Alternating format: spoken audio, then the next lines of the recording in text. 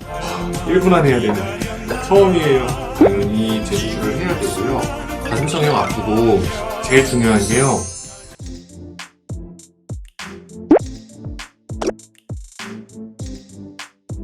안녕하세요. 네, 오랜만에 뵙겠습니다. 가슴 성형에 대한 Q&A 답변 드리는 시간을 좀 가져보도록 하겠습니다. 저희 스태프분들이 이거를 주고 이제 1분 넘기지 않고 최대한 다 해드릴 수 있도록 노력해 보도록 하겠습니다. 알람 설정.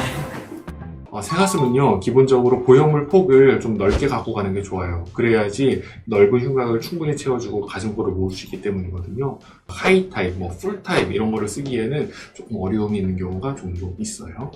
예전 보형물을 보면은 예전에 FDA 권고사항은요, 10년마다 보형물을 교체하세요였어요.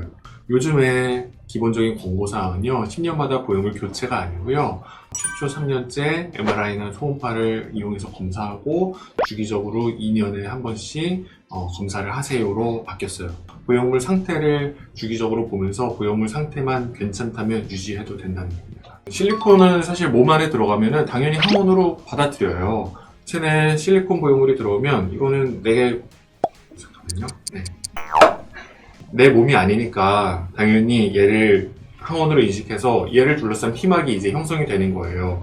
물론 박테리아나 바이러스가 들어왔을 때 그 항원 항체 반응과는 다르지만 이물 반응이 발생을 해서 그래서 피막이 형성되는 건데, 이 이물 반응이 예측하지 못하게 강하게 반복적으로 일어난다 그러면 피막이 두껍고 여러 겹이 생겨서 구형구축, 피막구축이라는 현상으로 이어지는 겁니다. 그런데 이게 체질이 따로 있을 수도 있어요. 근데 아직 어떤 유전인자가 이런 체질을 유발하는지, 또 정확하게 어떤 체질인지에 대해서는 연구 결과가 나오지 않았습니다. 네, 1분 지켰습니다. 네. 자, 수술 당일은 그렇게 많이 안 아파요. 왜냐하면 수술 당일에는요, 저희가 수술하고 나서 들어가는 이제 마취제가 있잖아요. 그래서 마취제가 완전히 풀리지 않은 상태이기 때문에 조금 통증에 둔감할 수 있어요. 그런데 이제 수술하고 나서 다음날 되면은 그 마취 기운이 다 빠지고 그때부터 이제 통증이 조금 느껴지기 시작하는 거죠. 수술 당일은 아프긴 하지만 많이는 안 아프실 거고요. 수술 다음 날이 오히려 통증이 조금 가장 높은 시기다라고 보시면 됩니다. 네, 질문 시작하면서 당연히 수술 후에요. 수술 중에는요, 마취가 되어 있기 때문에 전신 마취하에 수술을 하니까 자고 있는 상태에서 수술은 다 끝나 있고 수술이 깨면은 회복실에 누워 계실 거고요. 그때는 약간의 통증을 좀 느끼실 거예요. 그리고 그 다음에 하루 정도, 이틀 정도 좀 통증이 심한 기간이 있을 겁니다. 통증의 정도는 사람들마다 좀 느끼는 게 다르고 수술 방법에 따라서도 좀 다르거든요. 60초 지났어요? 이 질문이 두 개. 수술하고 느끼는 통증은요, 모유수유, 좀 이렇게 출산 경험이 있어서 피부 스트레칭 이미 되신 분들은 30대 후반이시라면 20대 초중반에 비해서 느끼는 통증의 정도는 조금 많이 낮을 수 있고요. 많이 말씀하시는 것 중에 하나가 전몸살의 통증과 비슷하다 이런 말씀 많이 하시거든요. 근데 그거보다는 덜하다라고 하세요. 2분 씁시다. 네.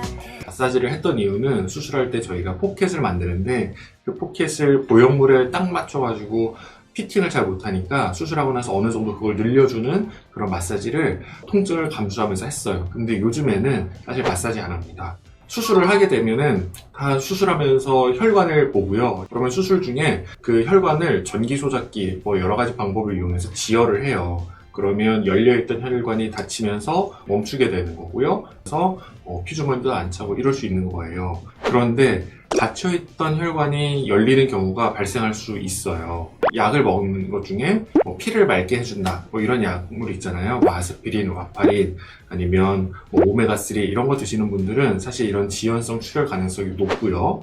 또 하나는 닫혀있던 혈관이라고 하더라도 회복이 되면서 혈압이 높아진다거나 과도하게 무거운 거를 든다거나 그러면은 지혈됐던 혈관이 다시 열리는 경우가 있어요. 근육 파열 이런 거 아니고요. 저희가 이제 수술할 때 잡아놨던 혈관들이 몇 가지 요인에 의해 가지고 열릴 수 있어요. 세게 부딪힌다든지 그래도 생길 수가 있죠. 그래서 한 달까지는 좀 조심하셔야 됩니다. 예, 당연히 알 수 있죠. 보형물이 들어가는 위치는요, 제일 위에 피부가 있고요. 그 밑에 피하지방층, 그 밑에 유선조직, 그 밑에 근육 있고 그 밑에 뼈가 있어요. 보통 보형물은 근육과 뼈 사이에 이렇게 밑에 있기 때문에 수술하고 나서도 근육 위에 있는 유선 조직을 저희가 검사하고 보는 데는 전혀 문제가 없습니다. 그래서 똑같이 수술하고 나셔도 여기 초음파 검사할 수 있습니다. 우리가 수술하고 나서 피부가 스트레칭 되고 유분, 피지, 이 분비가 피부가 팽창한 만큼 못 따라가줘서 특히 겨울철에 간지러움이 발생하는 경우가 많아요. 그래서 이런 경우에는 수술하고 나서 뭐 베이비 로션 이런 거 이제 바르면요 쉽게 많이 좋아지니까 6개월 지나셨으면 피지 분비라든지 이런 것들이 좀 증가할 시기니 좀 기다려 보시면 괜찮을 것 같습니다. 보형물 밑 빠짐 현상이라고 있어요. 그거는 말 그대로 원래 계획했던 것보다 보형물이 밑으로 쭉 빠져가지고 보형물이 아래쪽으로 내려가는 건데, 그런 경우는 당연히 재수술을 해야 되고요. 그렇지 않고 처음 계획 자체를 유두에서부터 밑선까지 디자인을 좀 길게 할 수가 있어요. 좀 그렇게 디자인을 하는 경우에는 계획한 대로 수술한 거니까 재수술 안 하셔도 되고, 내 가슴 모양에서 유두에서 밑선까지의 거리를 좀 내가 마음에 드는지 안 드는지를 기준으로 판단하시면 될 것 같아요. 흉곽이 커진다고 해서 실제로 이제 뼈가 커지는 건 아니거든요. 수술 전에 흉곽 사이즈를 재는 게 뼈의 두께가 사실은 제일 중요해요. 그러니까 흉곽 넓이가 골격의 넓이랑 관련되어 있는 거기 때문에 살이 찌면은 피하 지방층이 커져서 흉곽이 좀 커 보일 수는 있는데, 그런다고 더 큰 보형물이 들어가기는 어렵습니다. 그래서 살이 찌던 빠졌던 실질적인 골격 크기의 기준으로 저희가 보형물을 선택하니까, 살이 더 찐다고 해서 더 큰 보형물을 넣는 거는 사실 좋은 생각은 아닙니다. 1분 안 남았습니다. 유두에서부터 밑가슴까지 길이가 짧은 경우에 CC 제한은 없습니다. CC 제한은요 흉곽에 따라 가지고 제한이 되고, 그리고 살의 두께, 피부 피하 지방층의 두께에 따라서 제한이 되는 거지, 유두에서부터 밑선까지 거리가 짧으면 수술하면서 그 길이를 늘리면서 새로운 밑선을 만들 수 있기 때문에 CC 제한 없습니다. 애니메이션 현상은 근육의 정도에 따라서 다르거든요. 그러니까 근육이 막 굉장히 두껍고 움직임이 좀 활발한 편이다, 그러면 애니메이션 가능성이 조금 높아질 수가 있어요. 하지만 가슴 수술을 하고 나서 근육을 오랫동안 안 쓰게 되면은 거기에 따라서 애니메이션 현상도 감소할 수 있습니다. 혹시 예전에 수술하시기 전에 좀 운동 많이 하시고 가슴 근육이 좀 발달하신 타입이셨다면 앞으로 운동 조금, 가슴 근육 쪽은 좀 줄이시면 좀 줄어들 수 있습니다. 고속도로 현상, 이렇게 보형물이 들어가고 가슴골이 많이 벌어지는 거는 두 가지예요. 이 가운데 있는 뼈가 얼마나 돌출이 되어 있는지가 첫 번째, 그리고 보형물과 보형물을 덮고 있는 이 살의 두께가 두 번째예요. 폐가슴이 있고 살이 없는 빼빼 마른 타입이시다 그러면 고속도로 가능성 상당히 높은 편이고요. 흉곽이 예쁘고 살집이 어느 정도 있다 그러면 가슴골은 굉장히 잘 보이십니다. 네, 가능합니다. 가슴 지방 이식을 하면 이 보형물과 보형물의 거리를 좁히는 게 아닌 지방을 통해 가지고 조직 두께를 늘려 가지고 가슴골을 좁힐 수 있으니 가능한데, 만족감은요 모든 지방 이식이 그렇듯이 조직의 두께를 봐야 돼요. 조직이 두껍고 생착에 좀 유리한 조건을 갖고 있다면 만족감이 매우 높을 수 있고요. 그렇지 않고 조직도 워낙에 얇고 지방의 퀄리티가 좋지 않다면 결과가 좀 떨어질 수도 있습니다. 확대술과 가슴 지방이식을 동시에 하는 거는 좋은 방법이에요. 지방이식을 가슴을 키우는 데 사용하지 않고 살의 두께를 늘리는 데 활용을 한다는 거는 굉장히 좋은 방법인데, 문제는 뭐냐면 지방이식의 생착 조건이 훌륭한 사람은 주저없이 하세요 라고 말씀을 드릴 수 있는데 사실 그렇지 않은 경우도 꽤 있거든요. 그래서 이 수술 자체는 좋지만 지방이식이 적합한지 안 한지는 사실 살을 봐야 됩니다. 그리고 전거근의 근막을 함께 활용하는 방법은 몇몇 분들만 하고 계세요. 되게 어려운 수술 방법은 아니지만 많이는 안 하고 계십니다. 수술하면은 가슴 빨개지는 경우가 종종 있어요. 근데 이거는 지극히 정상이에요. 왜냐면 수술하고 나서 보형물이 들어가면은 그거에 따라서 당연히 피부가 스트레칭이 되고요. 혈류가 증가해요. 그러니까 부었다는 거는 그만큼 혈류가 증가했다는 거랑 같은 뜻이거든요.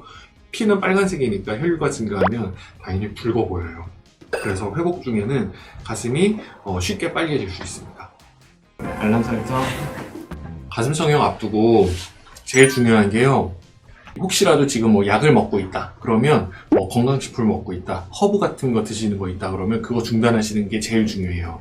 진짜로 이제 수술 중에 피가 안 나고 출혈성 경향을 좀 줄이려면 헤파린, 아스피린, 비타민 E 종류 오메가3, 뭐 여러 가지 영양제 이런 거는 일주일 동안 꼭 중단하시는 게 좋고요. 또 가슴 수술하고 나서 좋은 촉감은 사실 보형물도 중요하긴 하지만 더 중요한 거는 내 살이에요. 내 지방량이거든요. 그렇기 때문에 지방 양이 어느 정도 있을 때 모양도 예쁘고 촉감도 좋아요. 그러니까 이제 수술하고 나서 어느 정도 촉감을 잘 유지하기 위해서는 너무 저체중 말고요. 좀 약간 정상 체중. 예를 들어서 키 160이다 그러면 한 52, 3kg, 한 3, 4kg 정도 유지하고 오시는 게 제일 좋습니다. 참여해주셔서 감사드리고요.